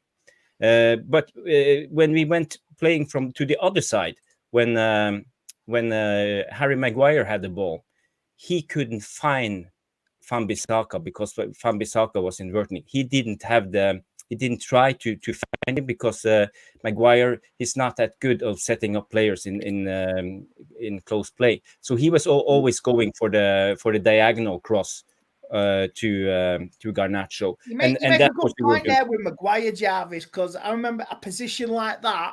Maguire had the ball, he played it forward to Casemiro, he lost it. Brentford went on the attack and scored. So that is a very good point. You mentioned that because why you got that frozen as well? Just why you got that frozen there? What I was talking about earlier, that's the optimal crossing point. Look where Højlund is. Look where you got Højlund between the two, where he should be between the two. Yeah. From there, he's got 2 options, hasn't he? Castagne, he's beat Castagne anyway, so he can either attack the diagonal if he wishes, maybe runs down on goal, or he whips the ball in penalty spot. It's dangerous for the goalkeeper. Robertson is looking at Palestri, Mount, Anthony, whoever he wants. Hoyland's, if he's quick off his feet, he'll get in between it. He'll beat the centre halves into the penalty spot, and that infuriates me. And that's why Hoyland, as Andy Tate says, is infuriating. What he has done, in fact, what he does do, is actually go to the byline. Now, if you move into the byline, move Ganacho to the byline, bit further. Actually, on the line, on the line itself. Now bring your defenders back in. Castagna. Yeah, and also your two centre halves. Yeah. Drop Robinson in at the back. Look what he's got to do. Look what Hoyland has to do. Look at his movement. Look at the crossing ability, or the areas that he cannot cross the ball. And that is the issue that Hoyland's having. Tom, I don't know if you disagree, mate, but yeah, good. On that. I don't disagree at all. And even like when you look from that image there, where you have all the centre halves that are going to bomb back in, if Anthony Mount or whoever isolated the wing, you easily have a free swing at goal from outside the box there anyway. You want to stick Fernandes there or Ericsson, someone who's direct, can stick it in a corner. All you need to do is just whip it with a bit of pace. That's it. Yeah, and you have a free shot on goal. But the problem with us is you have Garnacho on one side here in the game who will take the ball to the byline. He's young, he's raw, but when you're being coached at a very young level, you're coached to play every single way. Single way. Anthony is a little bit different because he's not a modern winger where he drives the ball to the byline. And the reason why he doesn't do it is he doesn't have the right foot to go off of. That's the problem. He can't put credible balls in the box with his right foot. So he always has to either cut inside or he has to beat the man on the wing and then be able to open up his body and put the ball in, which is very rare that at high-level football you ever have that opportunity to do, the latter. So the problem that we're having in these sort of situations is you have one player on one wing that can do everything and that is so unpredictable, but on the other side you have the opposite of that, where the player is far, far predictable in answer of what they're going to do. So when you're creating that, there's no balance. That's the problem that we have. Every single top team in the Premier League has two wingers that are equal to each other, that play every single week consistently. You look at it with City, Doku consistently take the ball to the byline, can cut in. Easy. Bernardo Silva's the exact same. Opposite sides. You even if you wanted to go as far as looking at teams like Arsenal, Saka, Martinelli, pretty much identical players, just on the opposite ends of the field, can go direct but can take the ball to the byline if they need to. The problem with us is we don't necessarily have that right winger who is ready-made that can do that. Palestri's shown glimpses of it, but he's not been consistently given the opportunity to do it. Because we could look at him if he has 4 or 5 games, guys, and it might just fall off from his game. We don't know. But in 10 minutes in a game, he's shown what he can do. And he had that one opportunity against Bayern Munich, which was his big opportunity, which, if I'm being completely honest with you, was very, very harsh on a young kid. You throw him in there against Alphonso Davies as a left-back. You ain't taking the ball to the byline and getting balls in the box. Not against someone who's that quick and experienced. Not a chance. If you want to put him in a game, stick him in against Copenhagen. Stick him in against Copenhagen, play the exact same front line, Højlund, Palestri and Garnacho, and see what happens in the game. And then go from there. But when Stu had the setup with it, where you had Højlund in the box and the angles and the movement's there from Højlund, we've seen it. But the problem is getting the direct ball either to his feet or to his head. That's the problem with us. Yeah, but as my point was with showing this type of play is why we played Ericsson, why Ten Hag needs to play Ericsson, because he needs someone with the ball playing ability to drop down with Evans and Maguire, because it's not their strongest side playing out from the back. So we need the help from Ericsson to play the ball actually out so we can progress the ball forward. But you know, it's a compromise for Ten Hag, and that this is why it's difficult for him to find the right balance of the team and who to pick. So you know, we can sit here after the game and if you shout. remember last week, if you remember the second half against Copenhagen, who changed the game? Ericsson. Mm-hmm. Yeah, he's our best passer. So there's no wonder why Ten Hag wants to play him and help out with the build-up play. Well, it depends. Do you start with him, get into a position where you're winning, then take him off, or do you bring him on when you keep it tight? If you want to keep it like it was and try and snatch a goal in the second half as well. Yeah, that's an excellent point there, Andy, because that's the problem, you know. And I think that's right. That's where Ten Hag is wrong. Only operates to the 65th minute. Mm-hmm. You should just bring him on as a super sub. Yeah.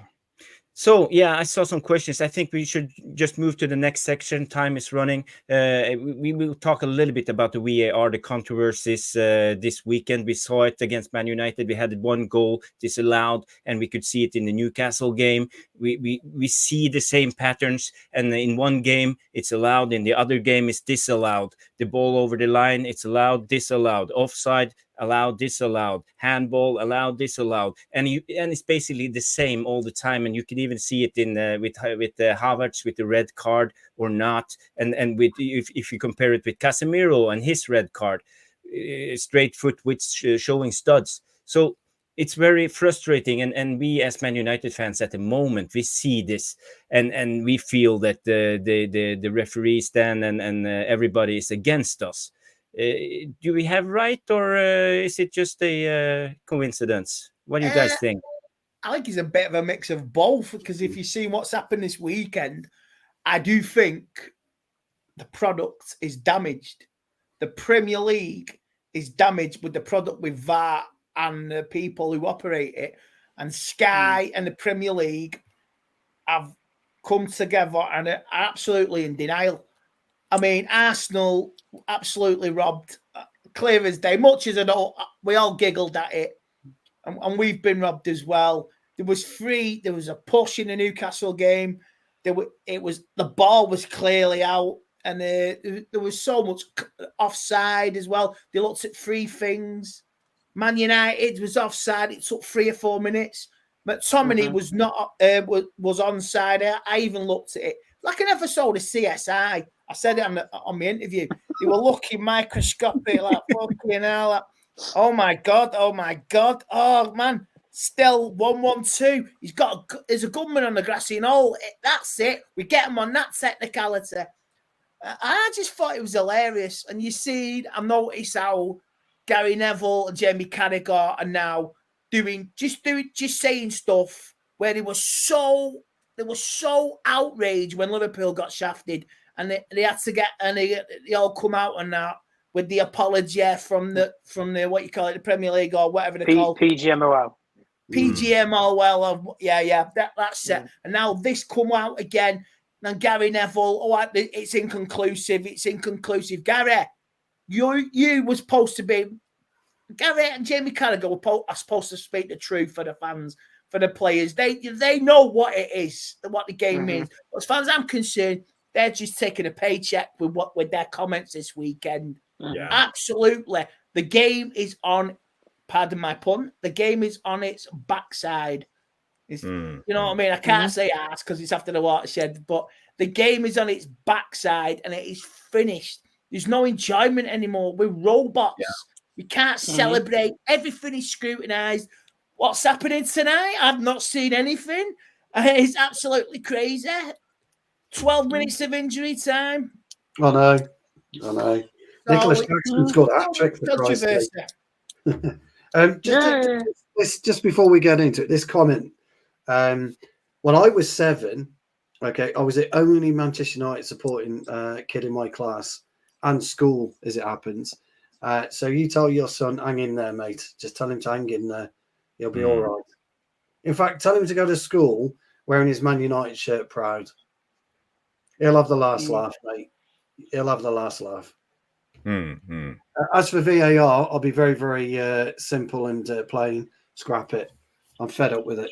It's ruining the enjoyment of football for me. Just get rid, and that's it. And that's a game's also going to come, guys. A game's going to come where a manager will bring off his team, and the team will what? The game will be delayed or could be even abandoned.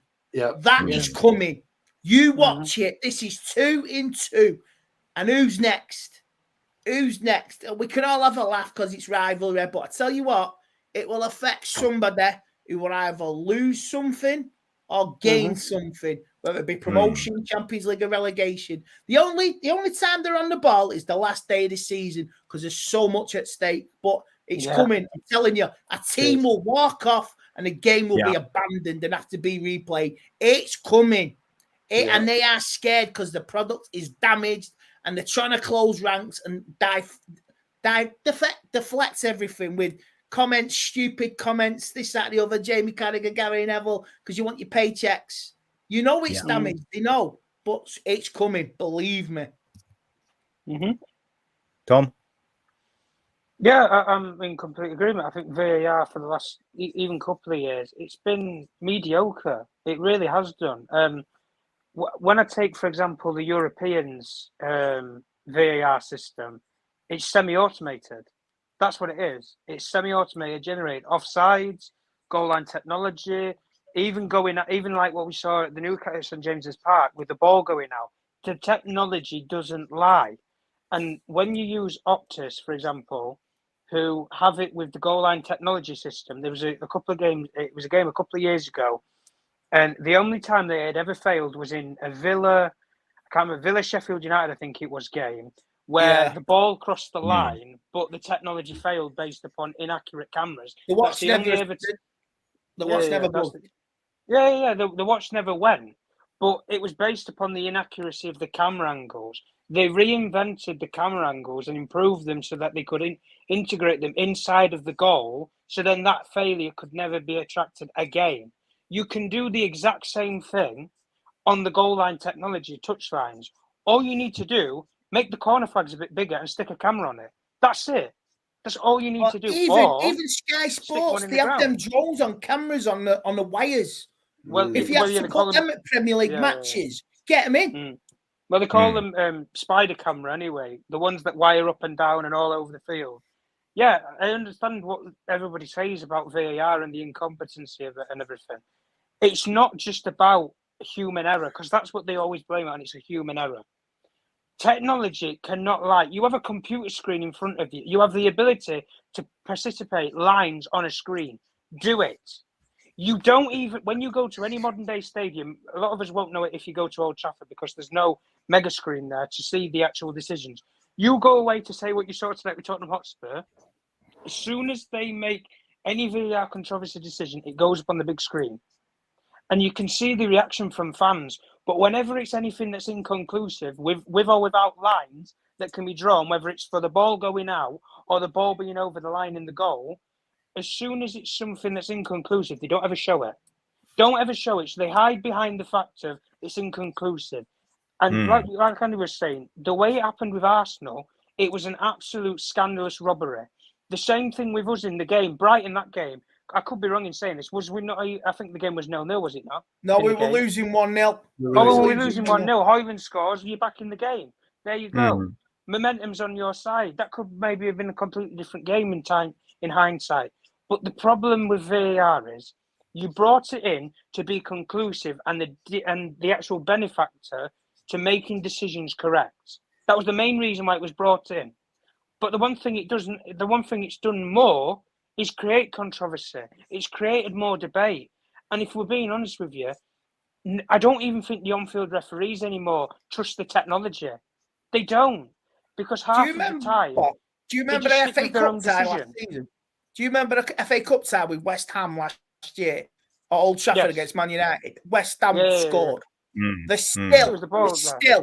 They didn't even use VAR. I've seen them. It's still out there. That is the same sort of... The ball West Ham scored, the ball was out like that.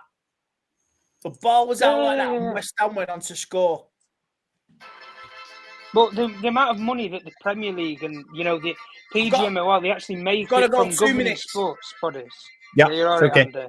The amount of money that they make from the governing bodies and the sporting actual watch for it. Why do you not reinvest the money that you make into the best technology in the world? You can, and I already said this before, you can take away the human error argument. Get the semi-automated system the Europeans have. Because offsides will never be wrong, because they'll always be conclusive. The same thing with the goal line technology, and the same thing with the ball being out of play. And Stephanie makes the brilliant point here. TV companies love the controversy. Precisely the point I was just going to make. Because why? It gets them engagement, it gets them financing, and what does it do? It gets them on every single newspaper from here to Kingdom Come about any decision that goes mad. Because as soon as it's something to do with a Premier League club, it goes viral because the Premier League is that big and that global. And that's how they make money off of it. So this motto of where we all want VAR scrapped, I'm in agreement with it. I'm fed up with it. If you can't implement it in the right possible way, don't have it. Simple. In the main motto, the best way that the reason why the Premier League took VAR and brought it into football was because the rugby system in rugby league had the perfect technology system where they had the angles, they had the demographics, they had the actual experts, they had the technology, the physics of it, they had everything.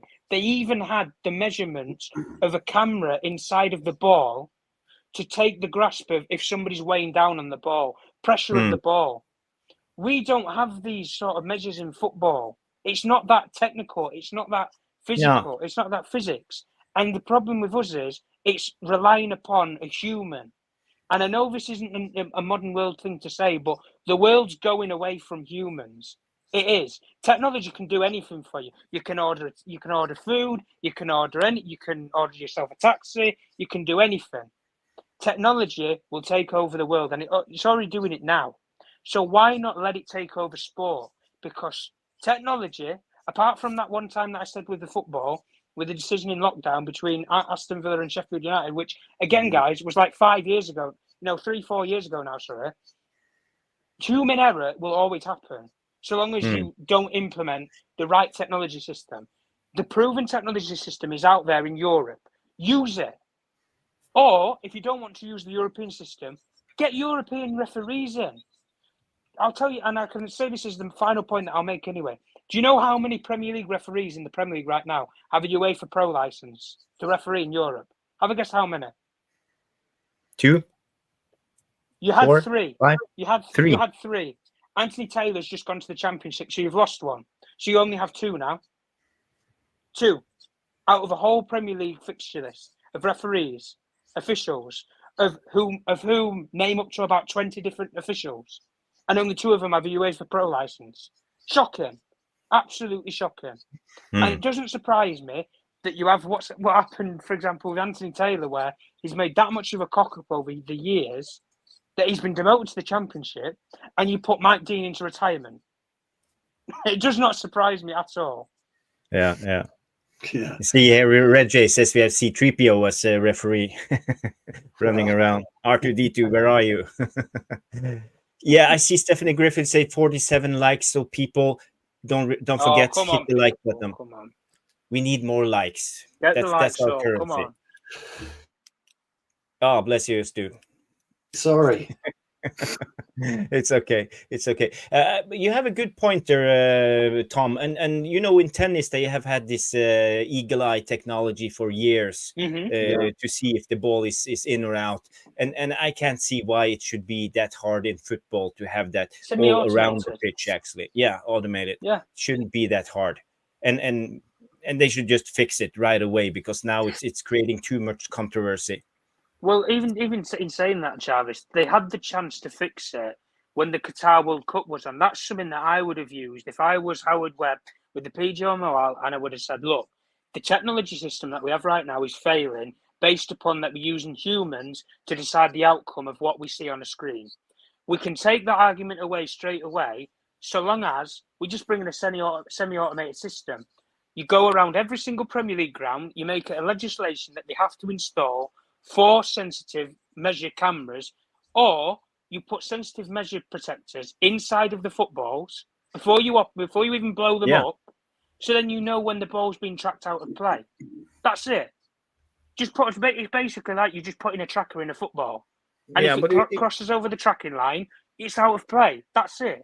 Simplistics of this can take weeks to invent, not months, weeks. And the World Cup in Qatar was on for how long, guys? It was on for nearly a month, was it not?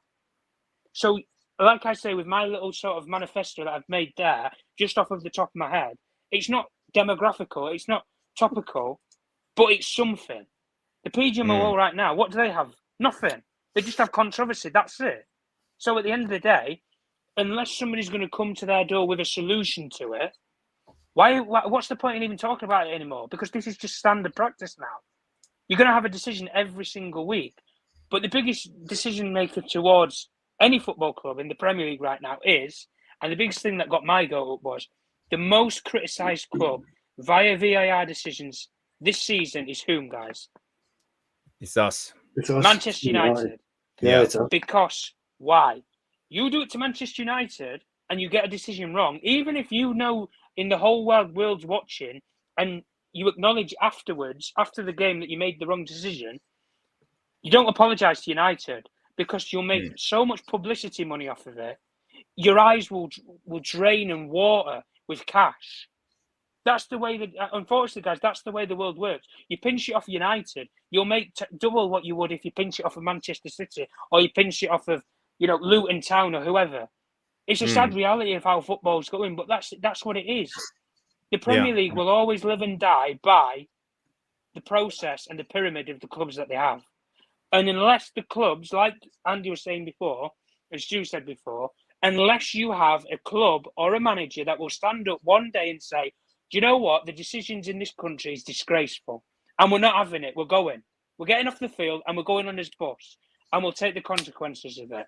And then you will have the football world watching. And all you will have the PGMOL say will be, and I can already say what they'll do, they forfeited the game, balance it out as a 3-0 loss. That's it. Exactly right. That's all that they would do. 3-0 loss, move on. And then any club that tries to do that, you already know the consequences of what you're doing.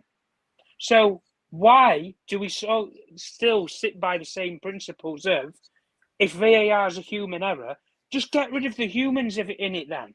Get rid of it. It's pretty simple. Put them on the football fields and tell them to officiate like they have done their whole careers and just semi-automate it. It's that simple. Yeah, we have the technology, Tom. We have the technology, like in robot lawnmowers, for example. It shouldn't be that hard. You have GPS tracking it. You can just put up a line on the byline. Jarvis, I know myself when we played rugby and the officiating. You check the balls to make sure there's no ball tampering, to make sure the ceilings on the balls are correct, so you can catch the ball correctly in rugby. I know the process of how it works and how it worked with rugby and the technologies of it. The tracking system with it is perfect because you know where the ball's dropped off, pinpoint, so the officials can reintegrate the game from that point. It's perfect. And all it takes is what? Some manufacturers to make technology so you can put a GPS in a ball and just make sure it doesn't move or break inside the ball. That's it. It would cost a couple of £1,000, which to the Premier League, they make millions off of one streaming right to the Premier League game. So what is the cost effect of it? Nothing. The only difference is you're going to have fairer games that are being actually played by the book and by the lines. But VAR, and just to summarise it, I guess, as a shorter point, it just ruins the fun. It ruins the energy and it ruins the happiness of the game because we're sitting here and when you go from either the 12:30 game or say the game tonight to Monday, there's at least one decision that we will always talk about every single weekend. Whether it's a United game or it's a Luton Town game, it doesn't matter. There's always one decision that we will always scrutinise the Premier League for. But before, when you had no VAR, there might be one weekend where there's nothing happens. The next weekend there might be something. But it was brought in to get rid of it completely, and it's gone backwards and done the opposite. But the only difference is if you go backwards now and get rid of it, you're going to put a lot of people out of jobs. That's the only difference. Yeah, it's true. It's true. Well, good rant, Tom. I think a lot of the people in the VAR chat agrees with you. There's a lot of good comments here. I see Stephanie Griffith say, what about the challenging system where managers can have one challenge per half to avoid these errors and inconsistencies? Yeah, I True. think that could be an option, Stephanie. And I see here Ryden Frost say rugby union look at decisions while playing continues, and then if there's an issue, they call it back. So there's another That's option, it. Yeah. Yeah. So, I knew it anyway from the rugby league sort of ruling system with it, because that's the era participation of rugby that I played in. But even with union, with the physicality of unions a lot more than league. League's more technical, and you need to have the ability. Union, you can go in there like a bull in a china shop and just blow everybody out of the way. That's just the benefactors of it. But if technology is not going to go down the same model of it, what's the point? You're dealing with, guys, and let's not be frank here, world-renowned athletes, world-class athletes that get paid, stupid amounts of money to run around on a football field and kick a ball of leather. That's it. But you make so much money off of it, and you don't have the best system in Europe. And if you don't have the right technology, guys, and this might be a major criticism of the Premier League, can we even call it the best league in the world? Can we? The best league in Europe, when you have so many controversies, but you never hear about these in Spain, in the Netherlands, in Italy. Why? Because they have semi-automated systems. And as much as we criticise the officiating for referees in Europe against English clubs, I'm not surprised, because they show us up for how to actually officiate games properly. Because it's semi-automated and it's so much smoother. And as you guys was rightly saying before about the time lapse of it and how long it takes to do decisions, semi-automated systems mandate that they do it within a minute and you get back on with the game. That's why in the Champions League, you never see a decision take 5 minutes, 4 minutes to decide, because you don't have a person sat there in a chair analysing the actual decision. They just tell the referee, oh, the semi-automated system says offside, onside, goal, disallow the goal, penalty, whatever. It regulates it. But at the end of the day, unless you're going to put the financing in place to fund such a project like what I said, scrap it then. And just save yourself the money and controversy. So it's either spend to improve the league or get rid of it just to go back to what you had before. Pick an option, because you can't stick with what you've got now. That's it. I have a thought when it comes to the controversies. We all heard Arteta yesterday when he talked about the VAR. He didn't mention the Havertz tackle, but he was frustrated because of the Newcastle goal, and he addressed the referees. Then he will probably get the 2 or 3 match ban because of this. But shouldn't all the other managers, because it's not only affecting Arsenal, shouldn't all like Ten Hag and Jurgen Klopp and Pep go out and support Arteta? Because criticizing the referees is one thing, but now it's like overboard. Everything is going wrong at the moment, and the referees then is doing so many errors at the moment, and it affects the results of the game. Shouldn't all of them just write an official letter and say, enough is enough, you have to fix this? It's been Jarvis. They do. They're always on the phone to the PGMOL. I was talking to Keith Hackett a couple of days ago, and he was telling me who is he for the VAR room. Just he used to be the head of the PGMOL. He actually set up the goal line technology. It was his idea to bring in goal line technology. He had a part in providing a blueprint for VAR, and he's now 100% against him. If you see him speak, he'll tell you that there's a variety of things. But even during his time at the PGMOL, he was getting inundated with letters, phone calls, conversations on managers aghast at what had happened with certain things. And the point of it is it doesn't get anywhere. It doesn't get the managers anywhere. Arteta will take a 3-match ban, whatever. Klopp will take a 3-match ban, whatever, but it doesn't get them anywhere. It doesn't get managers, clubs anywhere at all. It's going to have to take something hugely drastic where a club, in my opinion, sues the PGMOL for loss of earnings, because that's what's happening. You are losing money, or could lose money, and it's big money. And Andy's right. I can see somebody snapping. Either a manager, or a player, or somebody snapping, or the boardroom saying enough's enough. Enough is enough. We're gonna take legal action against you for this. I mean, it's happening in F1 at the minute, isn't it? There was a controversy back in 2008 or 2009. I can't quite remember what year it was. And Felipe Massa is now trying to sue to get that overturned because he's since learned that the FIA, the governing body, knew about an issue during a race. So so sooner or later, somebody will have enough and they will just snap and nothing will be right, and they'll, something bad will happen, and I can see it coming. So it wouldn't surprise me if there isn't legal action against the PGMOL at some point. Yeah. It will. Interesting debate about the VAR. We have to move on because time is ticking. We have maybe a 1 hour, 30 minutes into the show. So let's just go to the question section. Mark, if you are here, you can post up some questions and we will try to answer them at the end of the show now. Is Mark here? No, he's not. So I got to find the questions myself. Okay. Where is my producer? He disappeared, has he? He has disappeared. Is it in a VAR? Missed it in action, is it? Yeah, Mark is in the VAR room. Okay, Mark is back. I see he's putting on some comments here. He say, right in front of Stu, Højlund needs to be like Ruud van Nistelrooy and yell at the players if they don't give him the ball in the space. And he even used to make some players cry. You remember that? Well, yeah, absolutely. And I agree with him. Actually, Roy, Ruud van Nistelrooy, if he didn't score, a lot of the players would just completely avoid him because he would be like a bear with a sore head. And there was one or two stories of him grabbing players around the throat and making it very, very clear that while I'm in space, the ball comes across to me because my job is to score. And I can see that frustration already in Højlund. You can tell by his body language and his eyes when he was coming off the other, on Saturday, that he's completely displeased with the service that he's getting.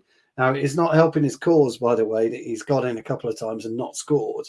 But I think once he gets that goal, that initial goal in the Premier League, you'll see more. But he's making the runs, and he's a very, very selfish player. And you need to be single-minded, bullish and selfish as a centre forward. But he needs to get a bit more aggressive, a bit more angry with the players around him if the ball isn't coming in. Totally agree. I see right in front there's another question. Guys, how is a player giving offside if just his hand is in offside? Shouldn't it be his feet, where his feet are? Isn't that the rule at the moment? It's the feet that is the line? Or is it the object of your body that you can score the goal with? Your body, from what I can gather, it's ridiculous. It always used to be feet. You always used to be judged where your foot is, and people would say, "Oh, his big toe was offside, or his toenail was offside," etc. Now it's your armpit hair, or if you've got a long fingernail, your shoulder, your fingernails, do you? The issue that we had Saturday wasn't anything to do with McTominay. Yeah, actually, in my opinion, it wasn't anything to do with Maguire, because I thought Maguire was onside. I didn't see him being offside at all. Garnacho was. But they're suggesting that Maguire went for the ball, and that was the foul period. The fact that he was being dragged back had nothing to do with it. So I'm as confused as offside as anybody else. I haven't got a clue. I don't know what offside is anymore, and I don't know what handball is anymore. I don't know how to defend against it anymore unless you're a yard back at any given time when the ball is crossed. That you can always see the defender in your yard there. I just don't get it. I don't understand it. I don't know what's interfering with play anymore. I don't get it. You got to block the ball with your hands in a natural position. Well, like this, as unnatural as it can be, because no one defends with their hands on their back. But players are forced to do that at the moment because they don't know either. Yeah, they are, and if you're playing in the Premier League at the minute or any level of football, you're going into the game completely dumbfounded, oblivious to what you're doing correct and what you're doing wrong, because some of the decisions are absolutely bizarre. So I just don't know. Okay, Mark, do we have any more questions? As he drinks, the team should do all they can to provide service for him. Yeah, that's good. Drex say, can someone define a subjective offside? That's the new term. That's a new word of this year. I'd never heard of Subjective it. offside. I'd never heard of it. They tried to explain it. I still haven't got a clue. They were talking Maguire was subjective. That's what they were suggesting, wasn't it? I don't know. They can't have been talking about McTominay because he was the wrong side. The ball was never going to him anyway. You can't have been talking about Garnacho. I don't know. What do you think, Tom? I don't know. I don't know what to say about it. Yeah, Mark Davis say, why a war against us? Well, I think Tom had a good rant about that. I think we covered that question.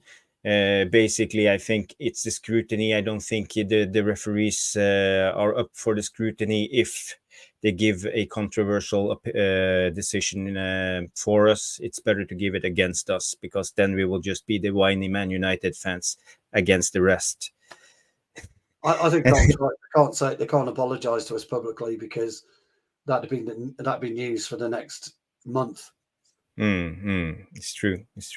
We had a question about the takeover, Mark. If you can find that, I want to just dig in the last couple of minutes on the takeover, and while we have Tom here, if you can find it. We had a good question in the beginning. Maybe you can bring that on. Yeah, it's from Mark Davis. They say, hi, Jarvis. Can you ask Tom about Qatar, please, if there is still in for United? Tom, do you have any new info about Qatar or 9-2 Foundation? Is he gone? Nah, looks like it. Well, I can try to answer it, or if you want to have a go, Stu. I've got nothing new. I've got absolutely nothing new. I read somewhere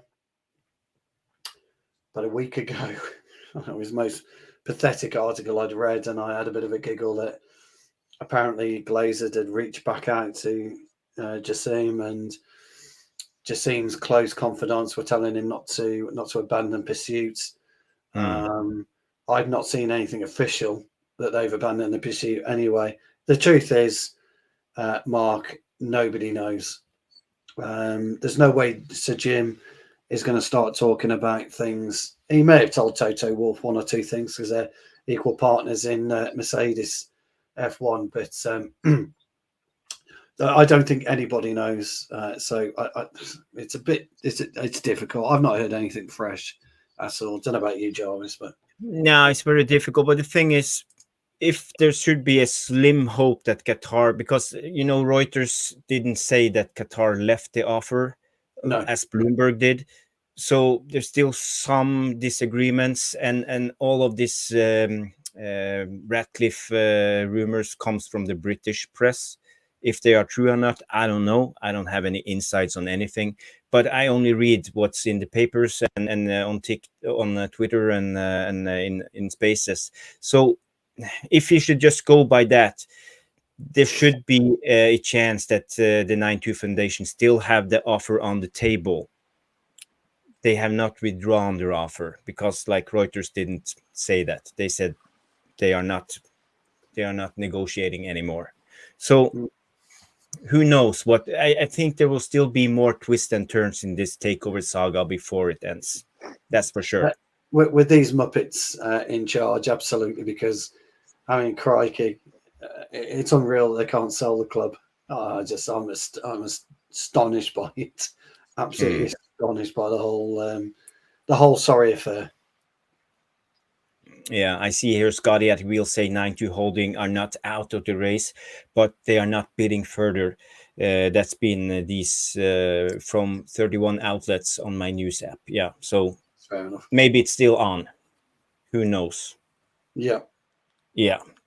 I think since Tom left and I am back, Jarvis. Oh, you're back. Okay.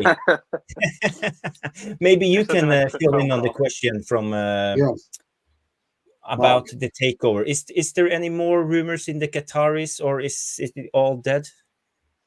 It's been all dead as far as I'm aware. They made the approach where they entered further negotiations at the last minute with the family and Rain, and as soon as the family disillusioned with any proposal, the Sheikh Jassim proposal was when they entered into some key negotiations towards the end, before the family were going with Ratcliffe's offer for 25%. To the Qataris and Sheikh Jassim, they put down a couple more 100 million into the offer on top of what they were already going to pay, clear the debt. The whole lot was going to come in the deal. It was going to, it was over, it was, as far as I were aware anyway, it was over 5.5, and they turned it down. Now and I'm talking pounds by that phrase. It was over £5.5 billion, and they still turned it down. And they further increased it with putting another couple of 100 million down, and they still couldn't entice the family to sell. So the Qataris had come to the illusion that they want too much money for a football club that we don't believe is even for sale. So they didn't pull the offer away because they didn't want Manchester United or they weren't willing to fight for it. They wanted the football club, but they weren't paying stupid money, and they always stood by that same principle. If it gets to the point where you're asking for stupid money still, we're not going to engage with the process anymore. So what the Qataris did was they've withdrawn the offer from the table. So the offer's no longer there. 5.5 plus extension of a couple more 100 million. The offer's no longer there. So I don't want to sound like a broken record for United fans. The offer is dead from the Qataris. And unless the family want to make an approach to them to say, look, we made a mistake and we want to renegotiate terms with you, then there's no coming back from it. The Qataris made it very clear. We don't believe you're willing to sell this football club for a reasonable price. Therefore, we're going to withdraw our offer. Good luck with whoever you go with. And the difference with Ratcliffe is he's not got that situation right now. He's got a situation where he'll buy in now, he'll give them a bit of money now, he'll buy out in installments every couple of years to the point where he buys them all out eventually, and they just make more money than what the Qataris was going to give them here and now. But they're prepared to wait for the money. That's the difference with the family. They're prepared to wait for the money rather than just getting a massive injection right now. And unfortunately, going with Ratcliffe long term, because of the interest payments that he'll have to make on a lot of the loans that he's going to use to try and acquire more and more of the club over time, it's going to end up costing Ratcliffe more money to do it that way. But it means that he wins the race to get Manchester United, which was the bigger goal for him. It was more about winning than the price. He just wanted Manchester United at all costs. That's the difference. Where the Qataris, they weren't that reckless with the money just to buy it straight away. That's the difference. But if I'm coming as a bit of a sounded record for a lot of people, I am sincere in saying it, but the Qatari offer is no longer there anymore. They've completely withdrawn. Yeah, that's what the news are telling at the moment. But we never know when it comes to business, Tom. And if the Glazers are willing to sell and they want to, maybe they can bring them into the negotiations again. But I think it's up to the sellers now. It's not up to the buyers. Yeah. Like you say, guys, the family will sell the football club at some point. It's a question of when, not if. You don't own a club like United, which can make you over £5 billion straight away with a transaction to somebody. Like, you can't make that much money over time and not actually cash in on it. It would be stupid. Why hold on to an asset that you can be asset rich, you can be cash rich for generations of your ancestors to come in years to come? That family will always have money in its pocket, and they have two of the biggest teams that you can ever have, which is a Premier League football team and an NFL franchise team. They're the two biggest sports teams that you can have, and they've got two of the biggest ones, which each of them, the Man United's a stature club, so it can get you £5 billion just off of its name. The Buccaneers is more of a controversial one based upon it's a franchise that you're buying into. But you can still, I would say they can still make at least $5 billion off of that. Yeah, which easy. They have two sporting clubs which they can make well over $10 billion with easily. And that's not even the final price. They could probably make more money if they keep hold of these assets over time. So the only problem is with the family is they're going to sell at some point, but it's just about waiting till the right point to sell. And they didn't believe that the Qataris offer that they were putting was more for them to sell right now and just get massive money, rather than you just wait for Sir Jim to buy us out over time, for which he said that he wants to control the club in its entirety. So if you want to do that, you're going to have to buy us all out eventually. And it just so happens if Ratcliffe sets prices on how much he buys them out per term. So buy them out for, say, he might buy the 25% by the end of this year. He might buy the other 25% by the end of the season. And then he might buy the final, say, 19% of the shares to make 69. And then that might round it up. So then this time, say, next year, he might have full control of the club. We just don't know. That's the problem. And because of NDA agreements, we don't know the schedule planning of payments. That's the issue. But because the Qataris are no longer in the actual limbo to actually go forward with the offer, you can now get a grasp of what they were offering. And I can say here now, they was well offering over £5.5 billion. The interesting but thing, it Tom, still wasn't enough. Yeah, the interesting And thing, I just Tom, think it is massive greed, guys. Yeah, the interesting thing, Tom, is I totally agree with you, and I actually think that Sir Jim will end up paying about $8 billion for it. We'll know if he pays 1.5 now. It only gives it only gives it a $6 billion, doesn't it? If he pays 1.5, I think he'll overpay. I think it'll be closer to 8, but we'll only know that when he takes the next 25% chunk. But you're right. Yeah. It depends. Yeah, it depends. It depends what percentage he buys out, because again, like I was saying before, he has to buy a mixture of each of the shares to keep the minority stakeholders happy. So he could still buy the 25% right now. That's not an issue. But should he proceed to buy more of the shares, he has to buy an equal amount of the minority investors so they don't liably sue him. So it's a situation that gets him full control eventually, but it's a long road to doing it, and there's going to be a lot of money involved to actually get the football club. And if I'm being honest with you, if he goes down the trajectory that he's going down and buys over 69% out, in each instalment, he's probably going to have to buy in total, until he gets the controlling rights for the whole 69%, he'll probably have to buy 20% off of the minority investors over time. And that's totaling it up. So then listen, guys, you had the numbers up there. He's at 89%. He might as well just buy the final 11 and have the full writing and take it off of the stock exchange and not trade and not keep it as a traded company. He might as well just do it.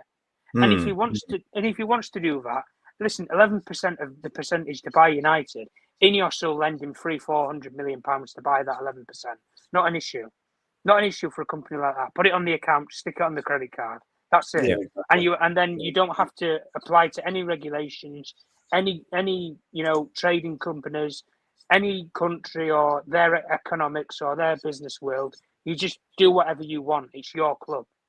That's when you can and that's when really, as United fans, I think you can all sit here and say you've got your club back, because you're no longer in the hands of the American world with business and finance and New York. And and if I'm being honest, speaking as a fan rather than from expertise, I am sick to death of talking about New York exchange, of talking about exchange rates, of talking about fucking finance, money. I'm fed up with it. Just buy the football club away and take it private. Just take it as a private company. That's all that we ask for. Take it as a private company and get rid of the debt. And from there, Manchester United are on an even playing field. And as much as people were shitting themselves when, pardon my language anyway, when you was getting Qatar potentially come in and we're going to do all those things and they have the unlimited wealth, a debt-free United is just as bad as a nation state. Oh, yeah, it doesn't need. And the reason being is the money that comes into the club. That's the problem. So when you want to categorise it as if United got taken over by Qatar, it will be the world success. That's fine, yeah. But that's a pathway to quick success. You can still have that success not being state-owned. And United, there's 3 clubs in world football that can be that way.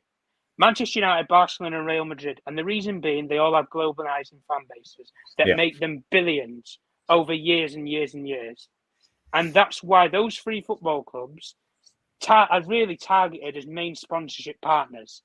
I mean, if you can't get them, then you branch out to the other competitors of those clubs. That's why you do it, unfortunately.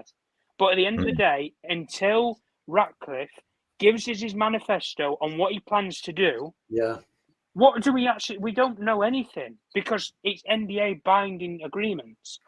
And until he either comes out in an interview and he's put under the knife point and scrutinised for what he's doing, and he gives United fans a little bit of hope or a bit of a project, what does £250 million even mean to United? That's loose change to what United make in a year. And at the end of the day, where are we going to go with it, guys? That's not even going to touch the sides of a stand, let alone even build a new stadium. Jesus Christ. I see here Mufc Realist TV. I'm not sure if it's Mick or Mark who put this out, but they say do the math: 1.25 billion times 4, it's 5 million. How does that become more valuable to the Glazers than 5.5? But the thing is, we don't know what they will pay for the next 25%. Yeah, or the we're next not saying 25%. that. Yeah. Also, Tom makes a great point, by the way. With us being debt free, although most businesses carry debt anyway. I mean, Apple, carry a 2-tier debt system, and they do it for cash flow. A lot of the time, Apple do. But anyway, that's besides the point. If we become cash free, we become a Gulf state anyway in terms of our spending power. Tom's absolutely right, because and Jassim knows this. And this is the thing about Jassim's bid. Whatever his bid is, which includes the debt, that's it. He knows he hasn't got to put much money, hardly anything in, because over a 12-month period, we'll be able to just generate our own income. And the only expenditure he'll have to then do, as Tom again pointed out, which is correct, is a stadium. And what he does with the stadium. So once we become debt-free, with where we are currently, where the TV rights are likely to be, with the new Champions League format, which... Anyway, it's another argument, isn't it, down the line? Whether we're owned by PSG or whether we're owned by you, Jarvis, or me is an absolute irrelevance, because Manchester United, their income and their ability to earn money pays for itself. And Tom's right, it wipes out Abu Dhabi, it wipes out Qatar and PSG, it wipes out everyone else, because we become the richest club in the world through self-generation. So it really is an interesting, conundrum. But it will all come down to, we'll only know the true value of the club by the second purchase, the second 25% purchase. That's when you'll know the true value. We don't know the true value of the club. Or unless, like you're saying, Stu, unless he categorises what his plan is. Yes. Unless he says, like, right, I'm coming in with 25% now, guys. I understand the flack that I'm taking. I can't buy them out straight away. And the reason being is they don't want to sell. Give us the reason why you can't buy the other percentage. Is it because of you, or is it because the family just don't want to sell it right now? Fully. Just tell Give us us the reason. Tell us the reason why, and then tell us the solution as to what you're going to do to get round it. Well, they've agreed to let me buy them out in 18 months, in 2 years. So they'll be gone. But that's of no fault of my own. I can't control that. And if you had something similar where you had an interview with Sheikh Jassim or somebody from that Qatari bidding group, and they categorised and said the same thing what Sir Jim Ratcliffe is saying, that they were never wanting to sell the full percentage of the football club, and that's the reason why we pulled out. Well, then that backs up Sir Jim Ratcliffe's argument. He's not lying. He's telling the truth. Yeah. But at the end of the day, money is money. And if they can get more money, because Ratcliffe's not put any prices on what he's going to buy in, say, a year or in 2 years of these other 25% or whatever, that's where that deal becomes more attractive. So like Mick or, apologies, I can't remember, it was Mark anyway, who did the maths around 1.5 times by 4, that's fine, and it comes to 5 billion, correct. But that doesn't mean that when he next buys a set of shares, that might not be the same price. It could be a completely different price because he's going down this avenue to full control. That's the difference. And the way that Ratcliffe manoeuvred it was, It wasn't about buying the whole of the club. It was just about getting my foot in the door, and then I can plan to bridge to buy them out. That was the difference. And the one thing I always knew with Ratcliffe as a person was, if you go into a negotiation room, you will never get a better deal than Sir Jim Ratcliffe. That's the one thing that I've always known. He's very good at negotiating you down on a price, and he can put his own authority and principle into it. And you'd be very shocked when Sir Jim Ratcliffe walks in the room. You look at, you look at Alan Sugar's boardroom. If anybody knows a British TV show called The Apprentice, if you watch that show and you think Alan Sugar puts the fear of God into you in the business world, Ratcliffe breaks you down bit by bit on your negotiations. He's a forward thinker and he's an innovator. He thinks 5 years ahead. And like when you were discussing before, and I'll make this last point anyway regarding Ratcliffe, when we were discussing about the stadium before, Ineos have some of the biggest and best agriculture, manufacturers. They make cars, they make petrochemical deals. They have shares in, Mercedes Formula One team. They have so many different business ventures. Building the stadium is easy for these guys. Easy. With the cultural and the project planners that they have. It is easy. And if you get, as we said before, a partner on side with him, which if he got, for example, Mercedes, and he got, say, Toto Wolff, for example, the principal partner of Mercedes Formula One team, if you get Mercedes-Benz to partnership in a sponsorship deal with United to build a new stadium, that there covers £1 billion worth of that stadium cost straight away. Because a partnership like that creates the innovation that everybody wants. That's the difference. I would like to say that. Money. Yeah, I would like to say though, on a very, very, very sad note, the Glazers are no mugs. They're extremely competent business people. Yeah. Whether or not you want to hear that, lads and ladies in the VAR room and fans across the world, you've got to take your hat off to these people. You've got to doff your cap. You really have. Because these guys are rubbing their hands together, and they'll equally be as savvy in a negotiation. And that's why I said this deal could end up at 8 billion. Because if Sir Jim, as Tom quite rightly says, buys it with 2 years or 4 years, say, they're already projecting what Manchester United will be worth in 4 to 5 years' time. And they will want that dollar. They will want that. That's why I'm saying it's crucial, really, that Ratcliffe has a partnership of some sort with another multi-billion-pound company, because it won't be a case of he just flips the bill. If he gets someone, like I was saying before with Mercedes-Benz, because he has a third of the shares in their Formula One team and company brand, if you get that partnership on side, even if it meant that, this might not be credited to United fans, you sell the naming rights to them for the stadium, or you let them build the stadium for you, they pay for it, and you just pay them interest payments back. You need a partner to dance within this. It's too much of a project just for one person or one company. United is not a toy.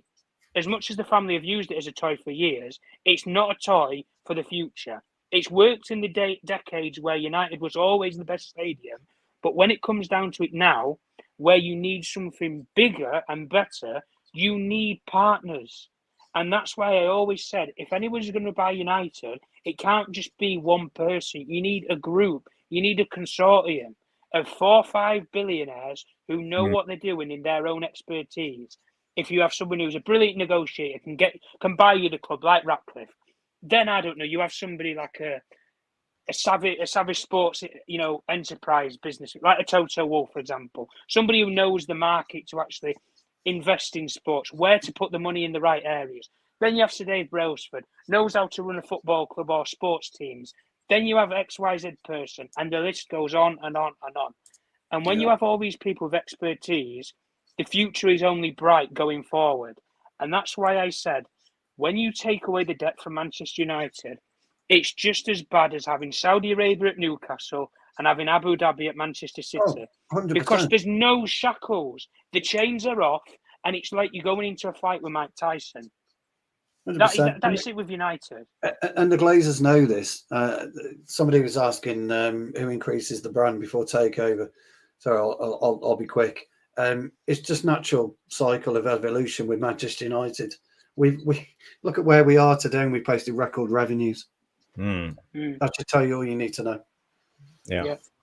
Yeah, and we soon will have 1 billion in revenues each year. Now we're pushing 650 now, and it will only increase. So at the end of the day, we will see what happened. We don't have the answers. We just try to break it down with the knowledge we have at the moment. Now I think we have to wrap up. We have passed the 2-hour mark. Guys, do you have any last words before? No, apart from it's been a great show as always, and thanks very much for the VAR and some brilliant questions. I hope you liked our analysis tonight. I think, Jarvis, we should do a little bit more of that. You know, if you do that, get that graph going. I thought that was really good. Really good fun. We will do that. We will do that in the next time because we will be here next Monday. Now I will close the VAR room. I will say to people, you have to remember to hit the like, subscribe, and hit the notification bell so you will get the notification next time we go live. After the show, I would like you guys to come in the non-live section and just write a comment. Just say, hey up, Jarvis or Stu, and I will answer in the non-live comments. It help out the algorithm, so it will be good for the show. So again, I will thank our lovely guests. We have Stu, Tom, and Andy. Andy had to go because he had some important phone calls to take, but he will be here next Monday. So I would just end with the famous word. Do you remember them now, Stu? I've had a week off. Okay, I will do it. Go on. Okay. So big up, guys, and peace, love, and banana. See you on the next one. Peace, love, banana. I hope you enjoyed this video. Please give it a thumbs up by smashing that like button. Subscribe if you have not done so yet. If you want to take it to the next level, you can always show your appreciation to sponsor our channel by clicking below the video title where you will see the heart icon with the text saying, thanks. Or you could buy me a cheeky little coffee by scanning this barcode or visit this link to buy me a virtual coffee. Thank you for watching. I hope you enjoyed this content. Remember, glory, glory, Man United, Glazers out. It is green and gold until we are announced and sold. That was all from me. I wish you a good day and a great match experience, and I shall see you in the next video. Goodbye. Thank you so much for stopping by and watching Mufc Realist TV. Don't forget to like and subscribe and follow us on the socials.